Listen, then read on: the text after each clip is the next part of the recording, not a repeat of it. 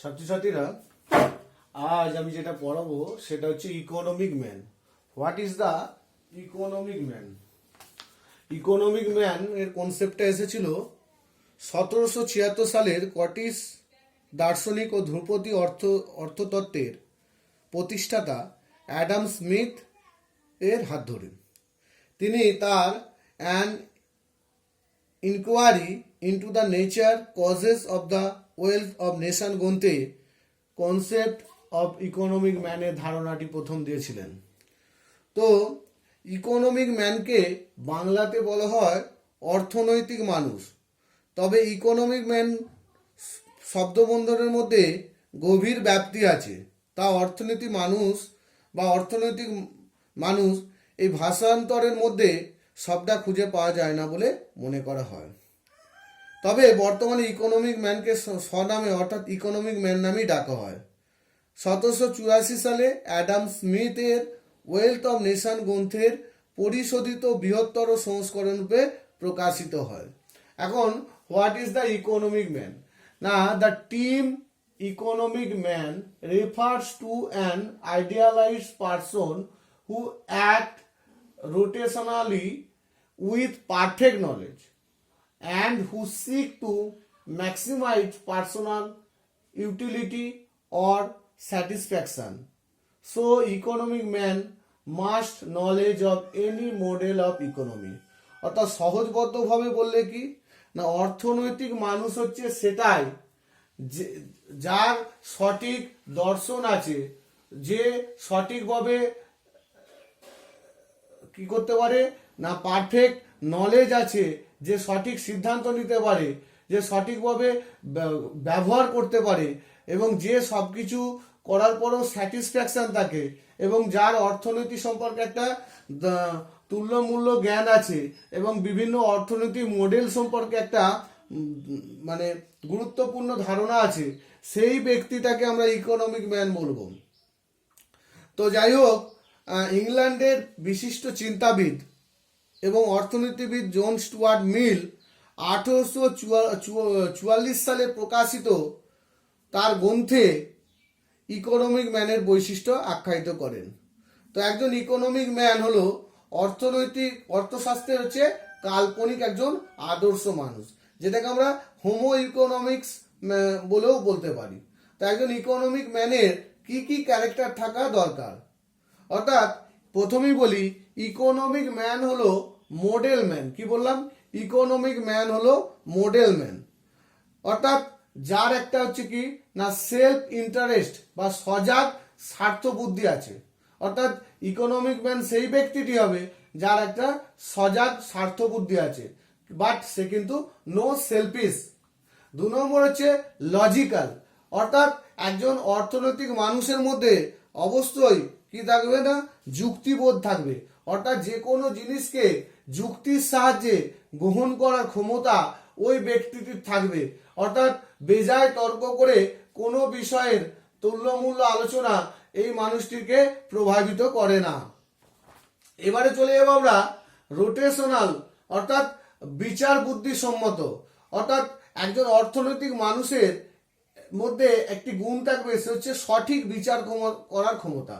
অর্থাৎ একজন অর্থনৈতিক মানুষ সে কিন্তু সবসময় সঠিকভাবে বিচার বিশ্লেষণ করতে পারবে, সঠিক সময়ে সঠিক সিদ্ধান্ত নিতে পারবে এবং যে কোনো তথ্য সম্পর্কে একটা জ্ঞান লাভ করতে পারবে। নেক্সট আলোচনা করব কিনা সায়েন্টিফিক থিঙ্কিং, অর্থাৎ একজন অর্থনৈতিক মানুষের কিনা বিজ্ঞান ভিত্তিক দৃষ্টিভঙ্গি থাকবে। অর্থাৎ সেই ব্যক্তিটি কি করবে না, যে কোনো বিষয়কে, অর্থনীতির বিষয়কে বা অন্যান্য বিষয়কে সবসময় বিজ্ঞানসম্মত ভাবমূর্তির দ্বারা সঠিকভাবে ব্যবহার করবে। সে কিন্তু কখনোই কল্প জগতে ভাসবে না বা কোনো আধ্যাত্মিক জগতে ভাসবে না। তারপরে চলে যাবো full idea of any economic problem. একজন অর্থনৈতিক মানুষ যে কি করতে পারে, অর্থনীতির কি কি সমস্যা আছে, সেই সমস্যাগুলো কিভাবে সমাধান করা যাবে, সেই সমস্ত বিষয়ে যুক্তিগ্রাহ্য ব্যাখ্যা কিন্তু দেওয়ার ক্ষমতা রাখে একজন অর্থনৈতিক মানুষ। নেক্সট পয়েন্ট বলেছি knowledge of any economic model, অর্থাৎ আজকে পৃথিবীতে যে সমস্ত ইকোনমিক মডেলগুলো আজকে উদ্ভাসিত, সেই সমস্ত প্রত্যেকটি মডেল সম্পর্কে তার একটা সজাগ নলেজ থাকবে এবং সেও একজন নিজেকে অর্থনৈতিক মানুষ হিসাবে, মডেল ম্যান হিসাবে নিজেকে রিপ্রেজেন্ট করতে পারবে।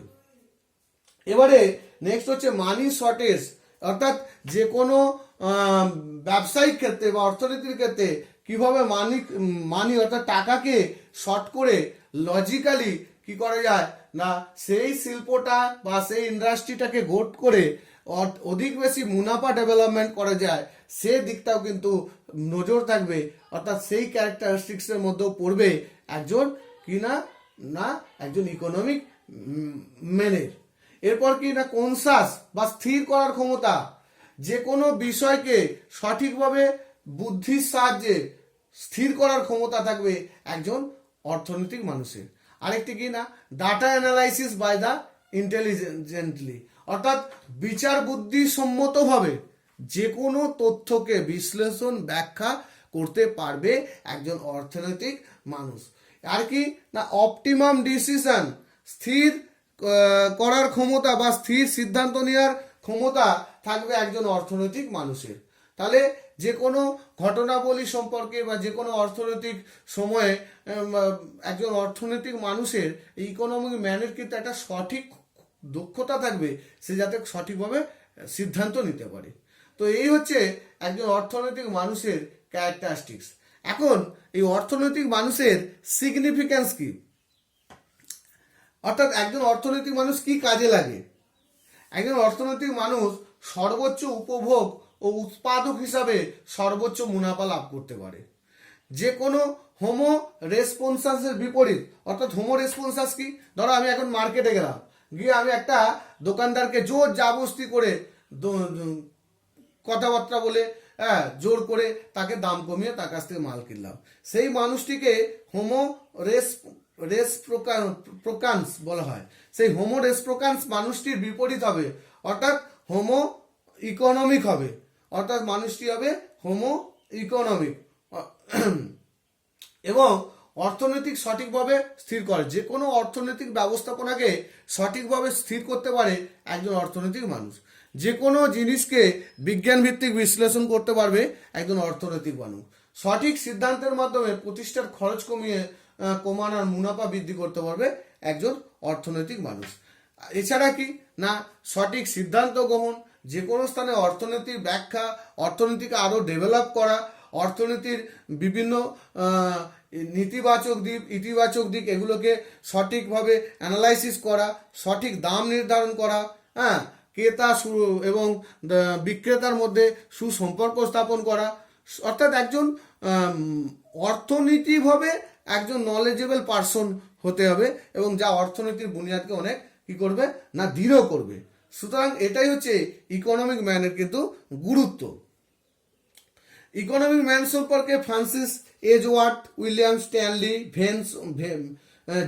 জেভনস, লিওন ওয়ালর্স প্রমুখ অর্থনীতিবিদ কিন্তু ইকোনমিক ম্যানের ধারণাটা ভূগোলে বা অর্থনীতির ক্ষেত্রে আলোচনা করেছে। এখন অর্থনৈতিক মানুষের বেশ কিছু দুর্বলতা আছে। কি কি দুর্বলতা আছে না, এক নম্বর আমি বলতে পারি এই দুর্বলতাগুলো কিন্তু বিভিন্ন সমাজবিজ্ঞানী, বিভিন্ন দার্শনিক, অর্থনীতিবিদ বা নৃতত্ত্ববিদ এই সমগ্র প্রমুখ ব্যক্তিরাই কিন্তু তুলে ধরেছে।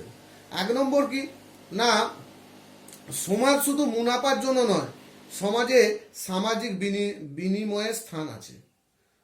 এটা কিন্তু ঠিক, অর্থাৎ কেবলমাত্র আমরা যে কোনো মানি এক্সচেঞ্জ করি না, বিনিময় অর্থাৎ যে কোনো কিছুর বদলে যে কোনো কিছু নেওয়া বা দেওয়া, এই প্রথা কিন্তু আমাদের আদিম কাল থেকেই আছে।